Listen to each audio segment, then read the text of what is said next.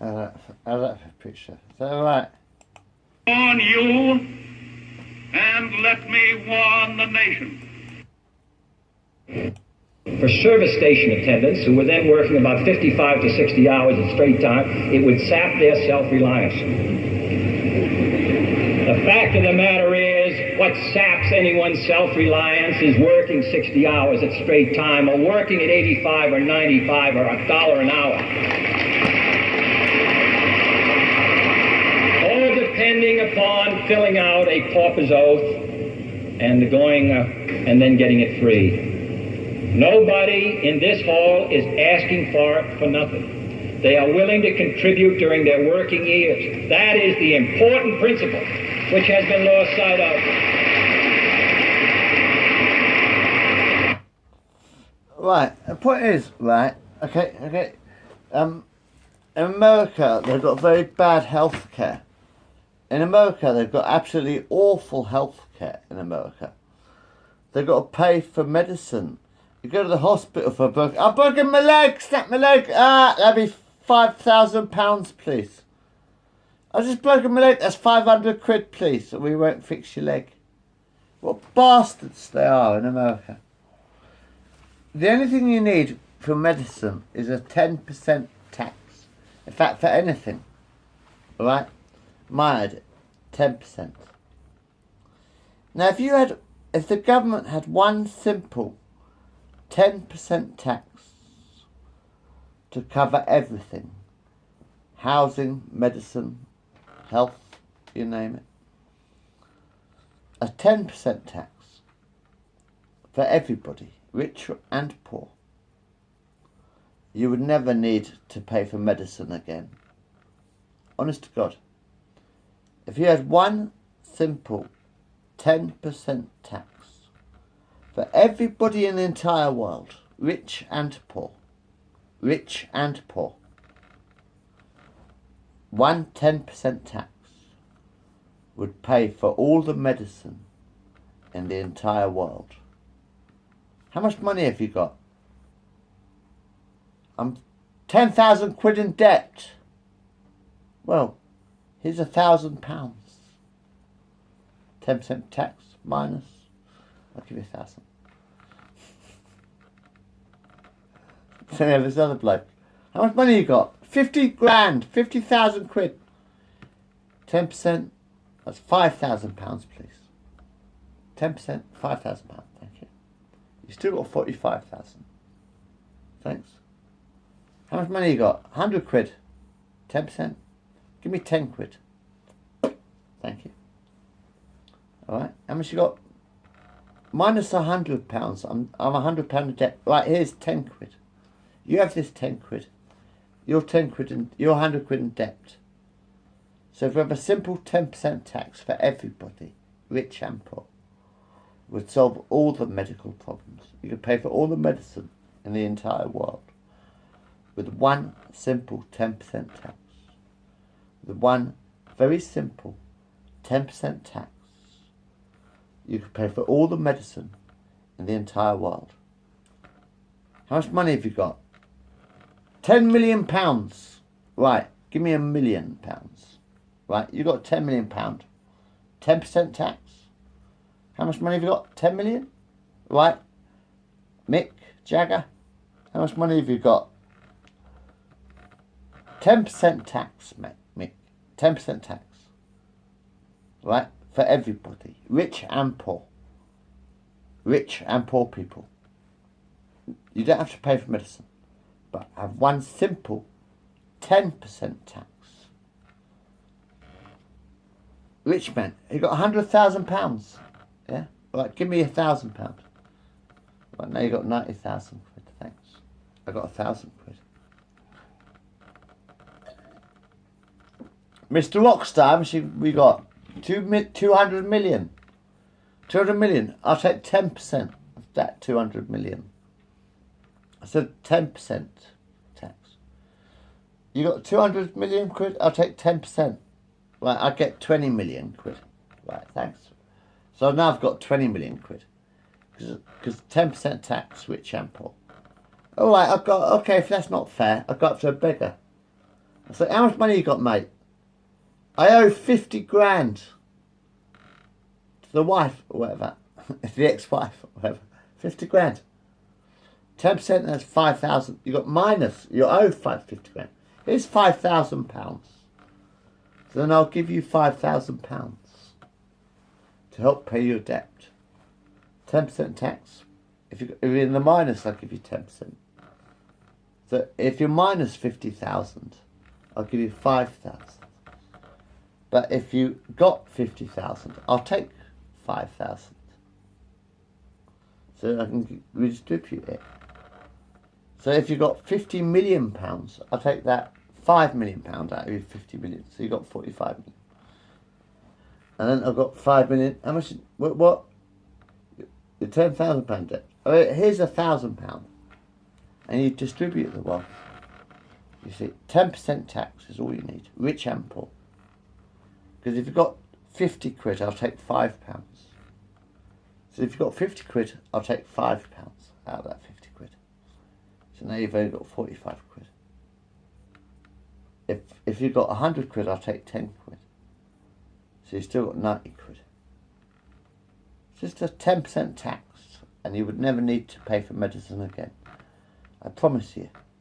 If you had one simple 10% tax for everybody in the entire world, rich and poor, you would never need to pay for medicine again. How much money have you got?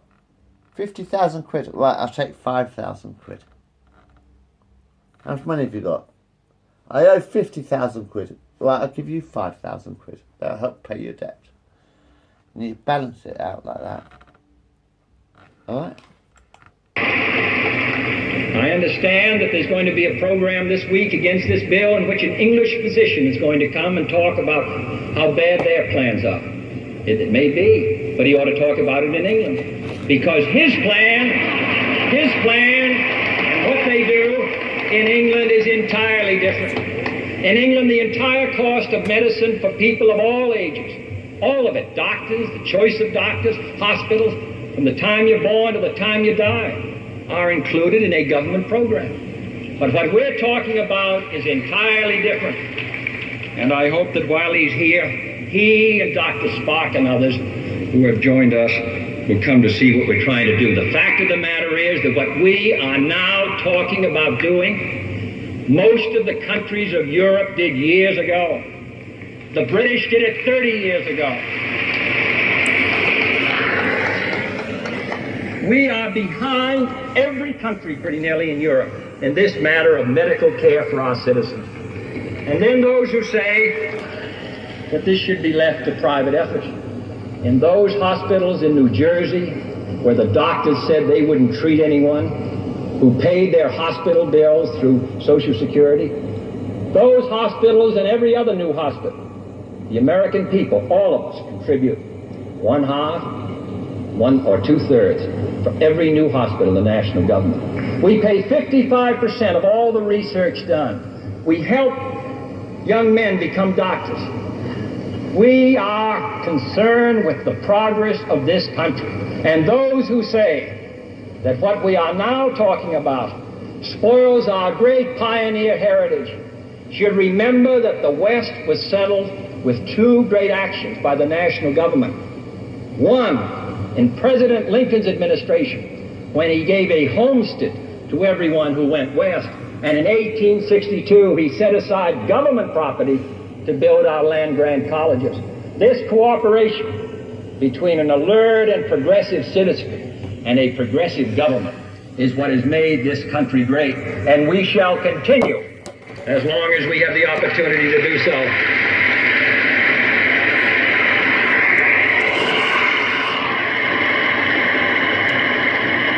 This to meeting a challenge with employment chronically in some areas. Okay, that's enough of that. But I'm just saying, what I'm saying is like, yeah, but we had national health insurance. We have in Britain we have a thing called national health insurance, right? So in Britain we have a thing called national health insurance, yeah.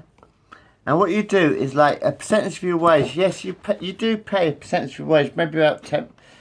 I don't know how much it is for national insurance. Not a lot actually, It's very, but I think it's fair that out of your wage every week you pay, say, like 10%. Say one single tax. Keep things simple, right? Let's keep things simple. Have one simple 10% tax for everybody in the entire universe, yeah? So you just have one simple 10% tax. So if you've got £1 million, you pay £100,000.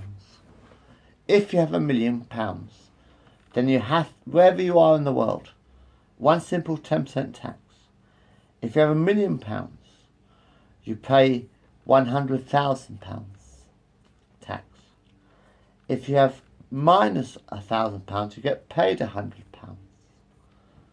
So you get paid if you're minus to help the poor. Because then the money you get, you tax the rich people, like £100,000 if you've got £1 million. And then you go use that £100,000. You can say, how much do you owe? Oh, I owe £1,000 bill. All right, here's £100 to go to help you to pay your debt. Because that would also help people pay the debts as well.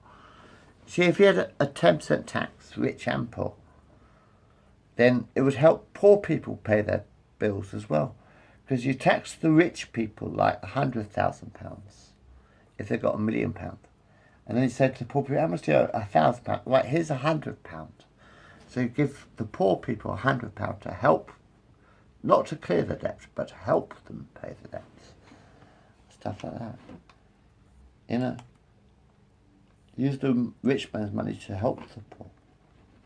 What's going again? That's not the right one. What's going on here, man? Going crazy on me. Trying to what? It's supposed to be Franklin D. Roosevelt. Sorry.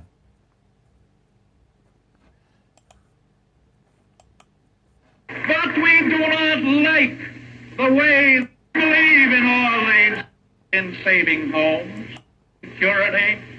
We that says, let me warn you and let me warn the nation against the smooth evasion that says, of course we believe these things.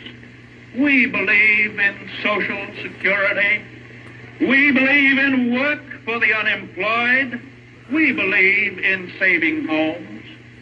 Cross our hearts and hope to die. We believe in all these things. But we do not like the way the present administration is doing them. Just turn them over to us. We will do all of them. We will do more of them. We will do them better. And most important of all, the doing of them will not cost anybody anything.